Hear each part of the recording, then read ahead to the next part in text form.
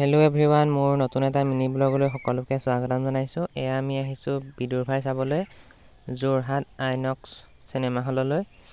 চোৱা অলপ পলমেই হ'ল, আগতেই চাব লাগিছিল।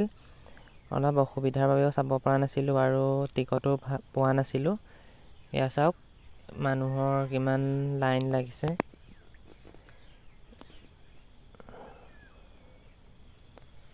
এয়া সকলো ৰৈ আছে। এয়া লাইন চাওক, লাইন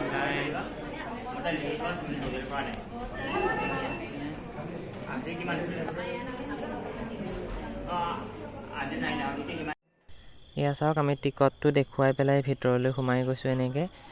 আৰু আমি 16 আগষ্ট তাৰিখে আহিছিলোঁ। ভিডিঅ'টো দিয়াত অলপ দেৰি হ'ল বাৰু।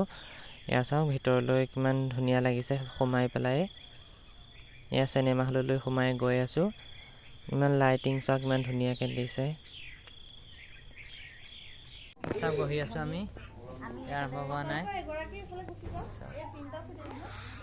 দেখিছে, মানুহ আহি আছে আৰু ফুল হ'ব লাহে লাহে। আমি চিনেমাখন চাই লওঁ, আৰু ইয়াত যিহেতু ভিডিঅ' এলাও নাই, সেইবাবে আপোনালোকক দেখাব নোৱাৰিম। আৰু চাই কেনে পালোঁ জনাই আছোঁ। আপোনালোকে ভিডিঅ'টো স্কিপ নকৰিব, চাই থাকক।